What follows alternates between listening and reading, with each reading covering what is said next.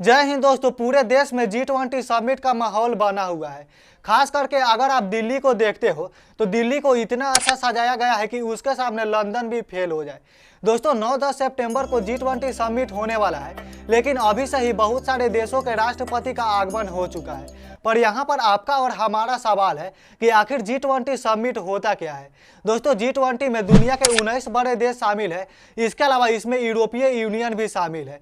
देखिए दोस्तों, इसमें जितने भी देश शामिल है उस देश में बारी बारी से इस शिखर सम्मेलन का आयोजन किया जाता है। वैसे ही इस बार भारत के हाथ लगा है। अगर कोई बीजेपी के लीडर या कार्यकर्ता आपको यह कहते हुए मिल जाए कि G20 समिट कोई मोदी का कारनामा है, तो आप उसे मना करिएगा और बोलिएगा यह एक पार्ट ऑफ प्रोसेस है, कोई भी मोदी के कारण नहीं होता है। दोस्तों G20 का स्थापना साल 1999 में किया गया था, लेकिन इसके पीछे भी एक इंटरेस्टिंग स्टोरी है। मार्टिन और समर्स नाम के एक व्यक्ति ने साल 1990 में ही इसकी परिकल्पना रख दी थी, जिसका कारण बताया था कि वित्तीय बाजार में इतने ज्यादा ऋण दिए जा रहे थे कि उस पर अच्छी तरीके से कंट्रोल नहीं किया जा रहा था। इसी पर कंट्रोल करने के लिए G20 की परिकल्पना रखी गई थी। इसके अलावा अगर आप 90 के दशक में जाते हैं तो मैक्सिको का भी वित्तीय हालत काफी ज्यादा खराब था। 1997 तक अगर आप आ जाते हैं तो एशियाई देशों का भी वित्तीय हालत काफी ज्यादा खराब था और यह दुनिया में उभरते हुए नजर आता था।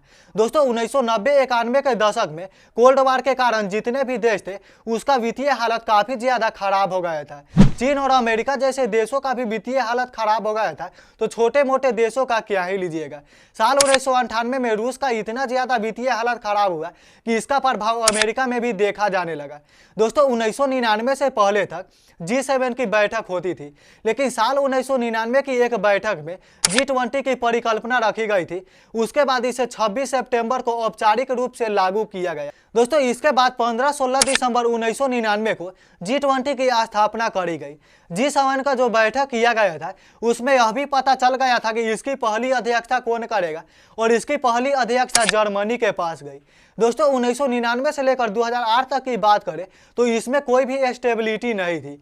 कोई भी देश किसी समय इस बैठक को बुला सकता था, लेकिन 2008 में एक नियम बनाया गया जिसके बाद एक एक करके कोई ना कोई देश इस सम्मेलन को एक बार जरूर बुलाएगा। 2008 से लेकर 2019 तक तो एक बार भी इससे प्रभावित नहीं हुआ था, लेकिन 2020 में कोरोना पेंडेमिक के कारण यह प्रभावित हुआ। दोस्तों 2020 की जो बैठक है वो सऊदी अरब के रियाद में होने वाला था, लेकिन कोरोना पेंडेमिक के कारण इसको रोक दिया गया। दोस्तों इसमें शामिल प्रत्येक सदस्य के प्रधानमंत्री, राष्ट्रपति या फिर वित्त मंत्री या उच्च स्तरीय के कोई सेना इसमें शामिल हो सकते हैं। इसीलिए आपने हाल ही में यह न्यूज में सुना होगा कि चीन के जो राष्ट्रपति शी जिनपिंग है वो भारत नहीं आ रहे हैं। तो इस केस में होगा क्या कि जितने भी इसमें मैंने नाम बताया उसमें से कोई एक भी लीडर शामिल हो जाएगा तो इसकी अध्यक्षता में शामिल मान लिया जाएगा। दोस्तों G20 को सिर्फ इसलिए बनाया गया था कि वैश्विक स्तर पर वित्तीय मदद पहुंचाया जा सके, और जो भी देश कमजोर होने लग रहा है उसको हम सभी देश मिलकर मदद करें। तो अगर हम G20 की बात करते हैं तो G20 में दुनिया के 20 बड़े देश शामिल है, जिसके पास ग्रोस वर्ल्ड प्रोडक्ट यानी कि GWP का लगभग 80% हिस्सेदारी है। इसके अलावा इंटरनेशनल ट्रेड का लगभग 75%। अगर हम भूमि की बात करते हैं तो पूरी दुनिया का लगभग 60% भूमि इन सभी देशों के पास है और लगभग 2/3 पॉपुलेशन है। दोस्तों अगर हम G20 की बात करते हैं तो साल 2008 में एक महत्वपूर्ण बैठक बुलाई थी। यह बैठक तो मंत्री स्तरीय की थी, लेकिन इसमें काफी अहम मुद्दे पर चर्चा हुए थे, जैसे कि वैश्विक वित्तीय स्थिति को काफी ज्यादा सुधारना, इसके अलावा इंटरनेशनल मॉनेटरी फंड यानी कि IMF को सुधार करना, इसके अलावा WB यानी कि वर्ल्ड बैंक को सुधार करना। साल 2008 में भी इसकी बैठक बुलाई थी। उस समय भी काफी ज्यादा अहम मुद्दे पर चर्चा करी गई थी।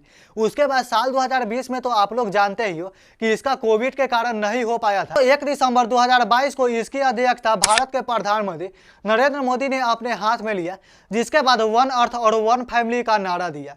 26 अगस्त 2023 को इसके एजेंडे के बारे में बताया, जिसका उद्देश्य जो मानव केंद्रित विकास दृष्टिकोण से बढ़ रहा है, इसके अलावा जलवायु परिवर्तन, इसके अलावा दक्षिणी देशों में जो वैश्विक प्रॉब्लम चल रही है उसको हाईलाइट करना है। दोस्तों साल 2009 में G20 जो है वो अपने आप को वैश्विक वित्तीय सहयोगी के रूप में घोषित किया था और बताया था कि अगर किसी देश को वित्तीय प्रॉब्लम है तो यहाँ से आकर वो फंड ले सकता है।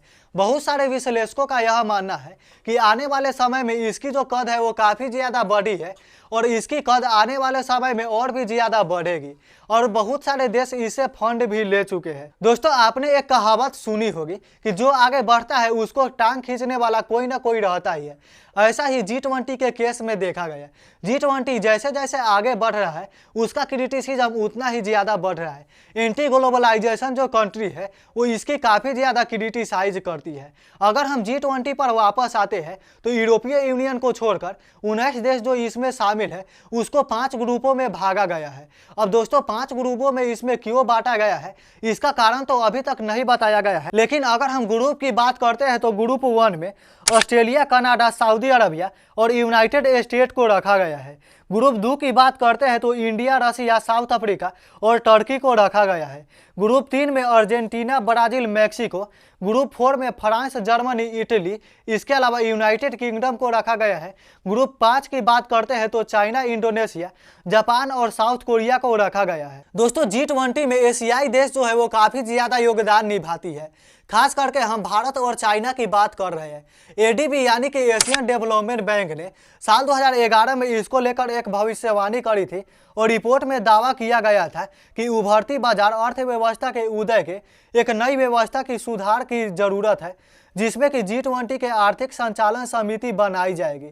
इसने यह भी दावा किया था कि इस क्षेत्र में वैश्विक अधिक उपस्थिति होगी जो कि अंतर्राष्ट्रीय व्यापार को मजबूत रखेगा और घरेलू मांग को प्रोत्साहन करने के माध्यम से संतुलित और सतत विकास के G20 के एजेंडे को तैयार करने में काफ़ी ज़्यादा चीन के और भारत जो है वो खास करके काफ़ी ज़्यादा मदद करेगा। G20 के लिए ऐसे ही एजेंडे रखे गए थे। दोस्तों आप देख ही सकते हो कि G20 के लिए एशियन डेवलपमेंट बैंक ने जितनी भी भविष्यवाणी करी थी वो आज के समय में काफ़ी हद तक सही निकलती हुई नजर आ रही है। दोस्तों मैंने G20 के बारे में आपको लगभग चीज़ बता दी है, लेकिन आपका यहाँ पर सवाल होगा कि आखिर इससे भारत को क्या फ़ायदा होगा। अगर भारत G20 की अध्यक्षता कर रहा है तो इससे भारत को फ़ायदा क्या देखने को मिलेगा। देखिए दोस्तों, चीन की हरकत तो सारा देश समझ चुका है। जितने भी फॉरेन इन्वेस्टर हैं वो चीन में नहीं जाना चाह रहे हैं। इसके अलावा जितने भी देश के प्रेसिडेंट हैं वो चीन के हरकत के कारण बहुत सारे चीज़ों पर प्रतिबंध लगा रहे हैं, जिसके बाद भारत ही एक ऐसा देश है जिसके बाद यह एडवांटेज है और यहाँ पर ज़मीन भी है, जिसके कारण बाहर से आने वाले जो इन्वेस्टर है यहाँ पर भारत को भी एक एडवांटेज है कि जितने भी फॉरेन कंपनी है उन सभी को भारत में वापस लाया जाए। उसके बाद यहाँ के युवा के लिए रोजगार के अवसर बढ़ेंगे। देखिए दोस्तों, जहाँ पर कंपनी ज़्यादा बढ़ेगी वहाँ के देश का इनकम बढ़ेगा। इसके अलावा टैक्स भी भारत सरकार के पास जाएगा, तो जाहिर सी बात है कि भारत का जो ग्रॉस डोमेस्टिक प्रोडक्ट है वो ऊपर उठेगा। इसके अलावा इसके इकोनॉमी में भी काफ़ी ज़्यादा बढ़ोतरी देखने को मिलेगी। यहाँ पर एक फ़ायदा यह भी मिल जाएगा कि रोजगार की जो समस्या है वो लगभग खत्म हो जाएगी और जितने भी युवा है वो इसमें रोजगार करने लगेंगे। दोस्तों किसी भी देश के लिए युवा, इसके अलावा उसकी इकोनॉमी ग्रोथ करने में महत्वपूर्ण भूमिका निभाती है। भारत के पास यह एडवांटेज है कि इन दोनों में काफ़ी ज़्यादा आगे निकल जाए। तो दिल्ली में G20 का समिट करने के लिए काफ़ी ज़्यादा खर्च किए गए हैं।